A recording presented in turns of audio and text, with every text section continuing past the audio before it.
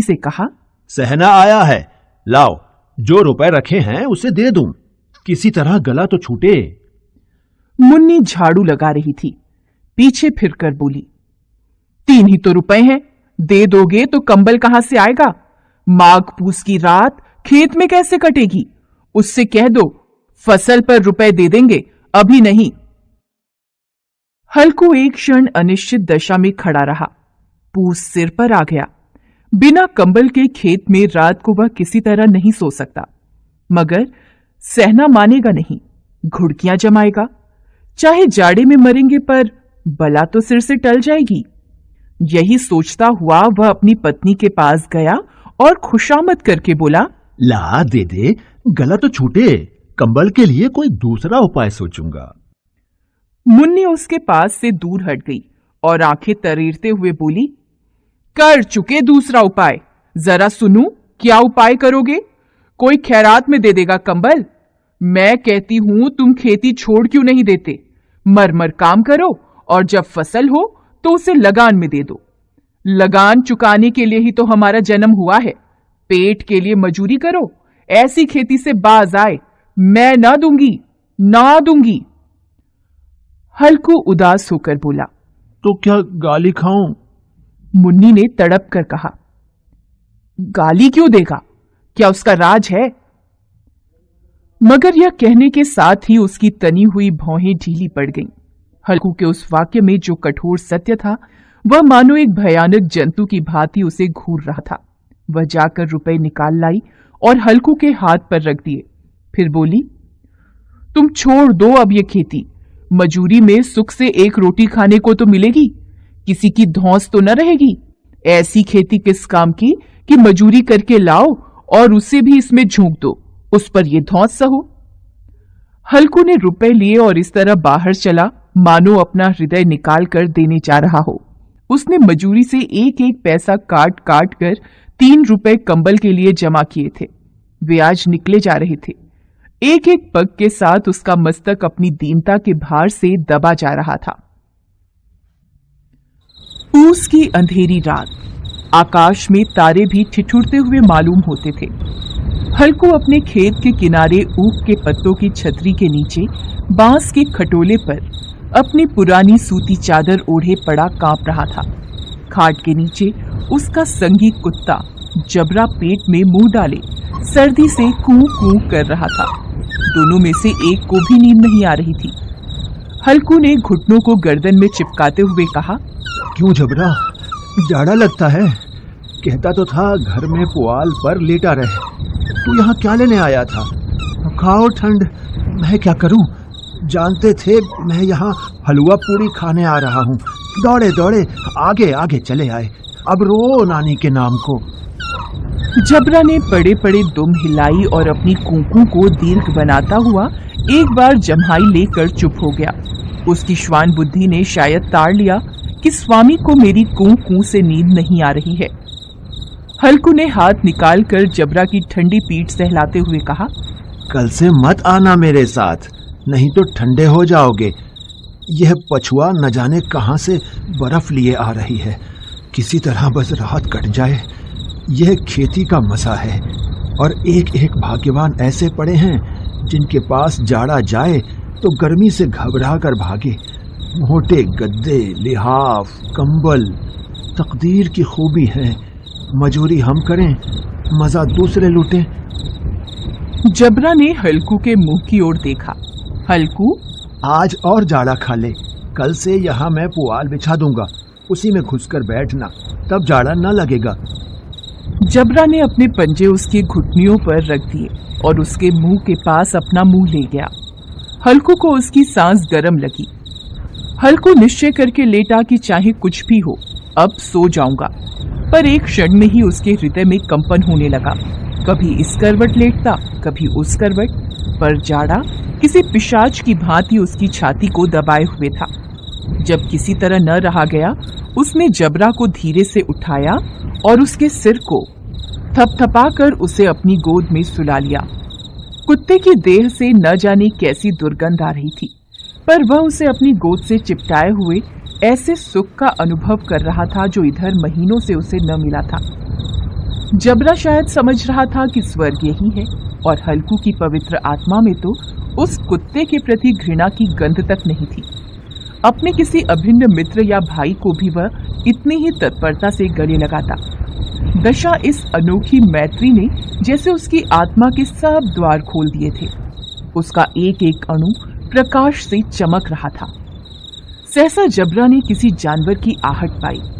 इस विशेष आत्मीयता ने उसमें एक नई स्फूर्ति पैदा कर दी थी जो हवा के झोंकों को तुच्छ समझती थी।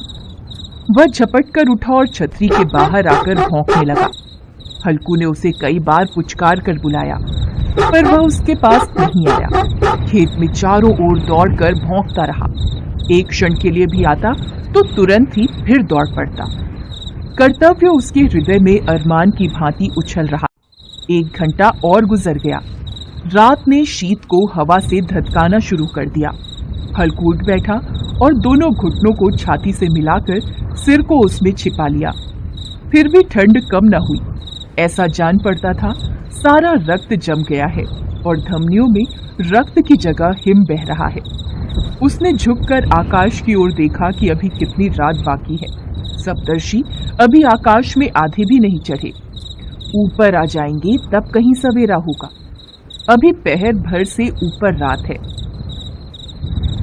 हल्कू के खेत से कुछ दूर आमों का बाग था। पतझड़ शुरू हो गया था। बाग में पत्तियों का ढेर लगा हुआ था।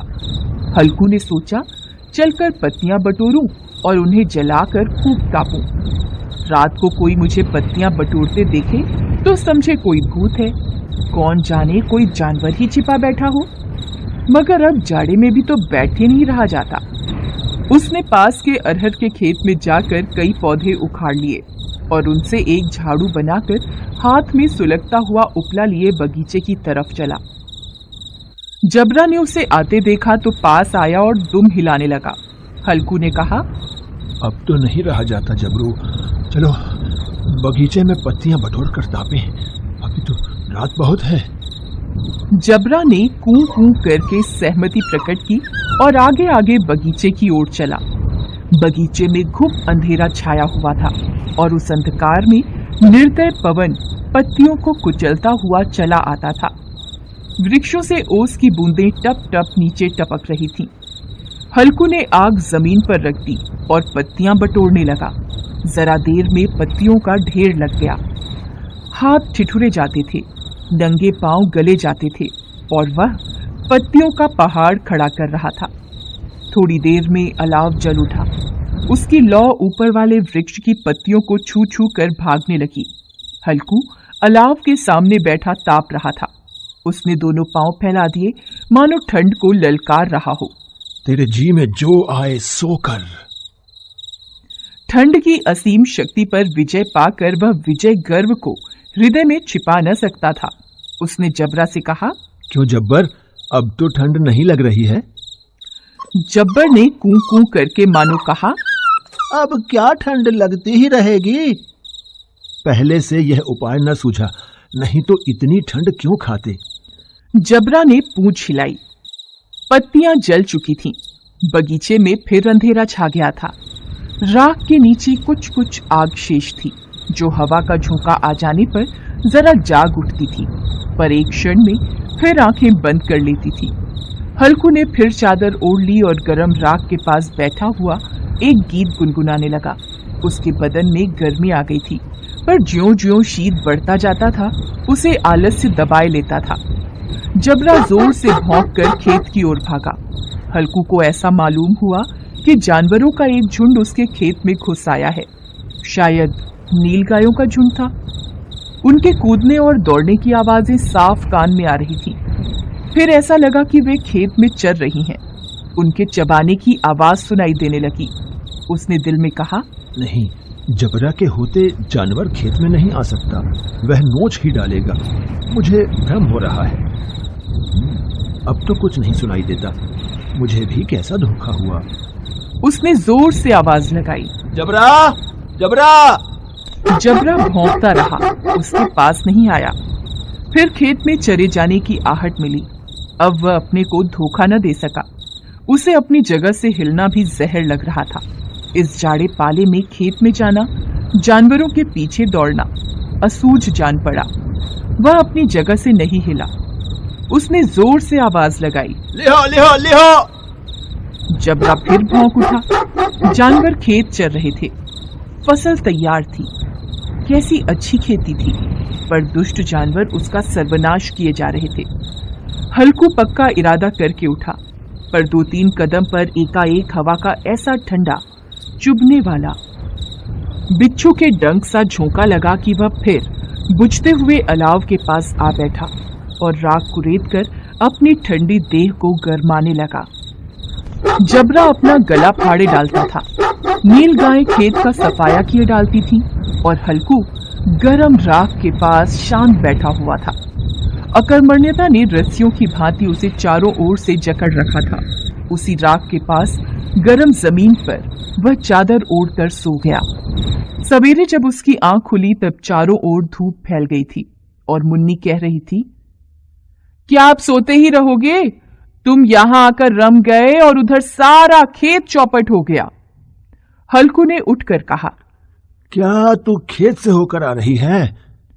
मुन्नी बोली, हां, सारे खेत का सत्यानाश हो गया। भला ऐसा भी कोई सोता है? यहां मड़ैया डालने से क्या लाभ हुआ? हल्कू ने बहाना बनाया, मैं मरते मरते बचा, तुझे अपने खेत की पड़ी है। पेट में ऐसा दर्द हुआ कि मैं ही जानता हूं। दोनों खेत की दशा देख रहे थे। मुन्नी के मुंह पर उदासी छाई थी, पर हल्कू प्रसन्न था। मुन्नी ने चिंतित होकर कहा, अब मजूरी करके मालगुजारी भरनी पड़ेगी। हल्कू ने प्रसन्न मुख से कहा, रात की ठंड में